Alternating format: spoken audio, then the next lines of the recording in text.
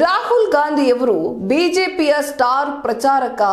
ಅವ್ರು ಹೋದ ಕಡೆಗಳೆಲ್ಲ ಕಾಂಗ್ರೆಸ್ ಸೋತೋಗ್ಬಿಟ್ಟಿದೆ, ಬಿಜೆಪಿ ಸರಿಯಾಗಿ ಗೆದ್ದು ಬಂದಿದೆ. ಬಿಜೆಪಿ ಗೆಲ್ಲೋದಿಕ್ಕೆ ರಾಹುಲ್ ಗಾಂಧಿಯವರೇ ಕಾರಣ, ಅವರ ಪಾದಯಾತ್ರನೇ ಕಾರಣ. ಜೊತೆಗೆ ರಾಹುಲ್ ಗಾಂಧಿಯವರಲ್ಲಿ ಯುವಕರು ಕಲಿಯುವಂತದ್ದು ಅಥವಾ ಬೇರೆ ನಾಯಕರು ಕಲಿಯುವಂತಹ ಯಾವುದೇ ಗುಣಗಳಿಲ್ಲ. ಅವರಲ್ಲಿ ನಾಯಕತ್ವದ ಗುಣಗಳಿಲ್ಲ. ಇಂಡಿಯಾ ಮೈತ್ರಿಕೂಟದ ಪಾರ್ಟಿಗಳಲ್ಲಿಯೂ ಕೂಡ ಯಾವುದೇ ಸೈದ್ಧಾಂತಿಕ ವಿಚಾರಗಳಿಲ್ಲ. ಜೊತೆಗೆ ಯಾವುದೇ ರೀತಿ ಅಜೆಂಡಾಗಳಿಲ್ಲ. ಅವರಿಗೆ ಕೇವಲ ಅಧಿಕಾರ ಬೇಕಾಗಿದೆ ಅಂತ ಅಸ್ಸಾಂನ ಸಿಎಂ ಹೇಮಂತ್ ಬಿಸ್ವಾ ಶರ್ಮಾರ್ ಅವರು ಹೇಳಿದ್ದಾರೆ. ಇನ್ನು ಇವರು ಈ ರೀತಿ ಹೇಳಿದ್ಯಾಕೆ? ರಾಹುಲ್ ಗಾಂಧಿ ಅವರು ಭಾರತ ಜೋಡೋ ನ್ಯಾಯ ಯಾತ್ರೆಯ ಮೇರೆಗೆ ಅಸ್ಸಾಂನಲ್ಲಿ ಹೋದಾಗ 2-3 ಕಡೆ ಗಲಾಟೆಗಳಾದವು. ಆ ಸಂದರ್ಭದಲ್ಲಿ ಅವರು ಕೂಡ ರಾಹುಲ್ ಗಾಂಧಿ ಅವರು ಕೂಡ ಪ್ರತಿಭಟನೆ ನಡೆಸುವಂತಹ ಸಂದರ್ಭಗಳು ಕೂಡ ಕ್ರಿಯೇಟ್ ಆದವು. ಇದಕ್ಕೆಲ್ಲ ಏನ್ ಕಾರಣ? ಇನ್ನು ಶರ್ಮಾರ್ ಅವರು, ಬಿಸ್ವಾ ಶರ್ಮಾರ್ ಅವರು ಇಷ್ಟರ ಮಟ್ಟಿಗೆ ರಾಹುಲ್ ಗಾಂಧಿ ಅವರನ್ನ ಟೀಕೆ ಮಾಡೋದು ಯಾಕೆ ನೋಡೋಣ.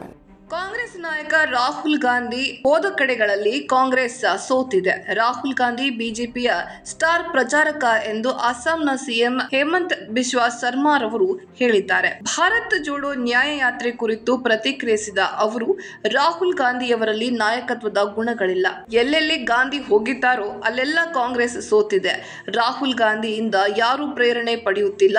ರಾಹುಲ್ ಗಾಂಧಿ ಬಿಜೆಪಿ ಗೆಲುವಿನಲ್ಲಿ ಪ್ರಮುಖ ಪಾತ್ರ ವಹಿಸಿದ್ದಾರೆ ಎಂದು ವ್ಯಂಗ್ಯವಾಡಿದ್ದಾರೆ. ಇಂಡಿಯಾ ಮೈತ್ರಿಕೂಟ ಅಥವಾ ಇಂಡಿಯಾ ಮೈತ್ರಿ ಒಕ್ಕೂಟ ರಚನೆಯಾದಾಗಲೇ ಇದು ಹೆಚ್ಚಿನ ದಿನ ಇರುವುದಿಲ್ಲ ಎಂದು ನಾನು ಹೇಳಿದ್ದೆ. ಕಾರಣ ಸೈದ್ಧಾಂತಿಕ ಭಿನ್ನಾಭಿಪ್ರಾಯ ಇದ್ದರೂ ಕೂಡ ಸರಿ ಹೋಗಬಹುದು. ಆದರೆ ಬಹುತೇಕ ಪಾರ್ಟಿಗಳಲ್ಲಿ ಅಜೆಂಡಾ ಸೈದ್ಧಾಂತಿಕ ವಿಚಾರಧಾರೆಯೇ ಇಲ್ಲ. ಅಧಿಕಾರಕ್ಕಷ್ಟೇ ಮೈತ್ರಿ. ಎಲ್ಲರಿಗೂ ಪ್ರಧಾನಿ ಮೋದಿ ಅವರನ್ನ ಸೋಲಿಸಬೇಕು ಎಂಬ ಗುರಿ ಇದೆ. ಬಿಜೆಪಿ ಆಡಳಿತದಲ್ಲಿ ಏನಾದರೂ ಸಮಸ್ಯೆ ಇದೆಯೇ ಎಂದರೆ ಅವರ ಬಳಿ ಉತ್ತರ ಇಲ್ಲ ಎಂದಿದ್ದಾರೆ. ರಾಹುಲ್ ಗಾಂಧಿ ಭಾರತ ಜೋಡೋ ನ್ಯಾಯ ಯಾತ್ರೆ ಅಸ್ಸಾಂ ತಲುಪುತ್ತಿದ್ದಂತೆ ಸಂಘರ್ಷಗಳು ಆರಂಭಗೊಂಡಿತ್ತು. ಮೇಘಾಲಯ ಖಾಸಗಿ ವಿವಿಯೊಂದರ ವಿದ್ಯಾರ್ಥಿಗಳ ಸಂವಾದಕ್ಕೆ ತಡೆಗೊಡ್ಡಲಾಗಿದೆ. ಅಲ್ಲದೆ ಗುವಾಹಟಿ ಪ್ರದೇಶಕ್ಕೂ ಅವರಿಗೆ ನಿರಾಕರಿಸಲಾಗಿದೆ ಎಂದು ಕಾಂಗ್ರೆಸ್ ಆರೋಪಿಸಿ ಪ್ರತಿಭಟಿಸಿತು. ಇದೇ ವೇಳೆ ಕಾರ್ಯಕರ್ತರನ್ನ ಹಿಂಸೆಗೆ ಪ್ರಚೋದಿಸಿದ ಆರೋಪದ ಮೇಲೆ ರಾಹುಲ್ ಗಾಂಧಿ ವಿರುದ್ಧ ಪ್ರಕರಣ ದಾಖಲಿಸುವಂತೆ ಹೇಮಂತ್ ಬಿಸ್ವಾ ಶರ್ಮಾರ್ ಅವರು ಪೊಲೀಸರಿಗೆ ಸೂಚಿಸಿದ್ದಾರೆ.